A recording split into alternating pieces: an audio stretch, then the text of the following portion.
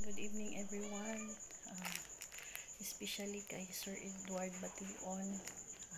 Sir, thank you kaayo sa imong blessing nga imong gi-share sa amoa o isa ko sa na hatagan sa imong blessings o thank you kaayo sir nga nakapalit ko og groceries. Tara. Mao din ako napalit sir sa imong gi-share nga blessings. So thank you kaayo.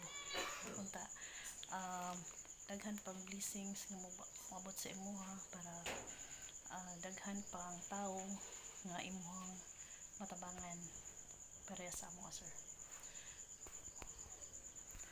O mao din ni akong napalit sir. Pwede ay si Violeta Riosora, taga Digos City. Once again, thank you very much. You is Edward Bation. Sir, thank you very much.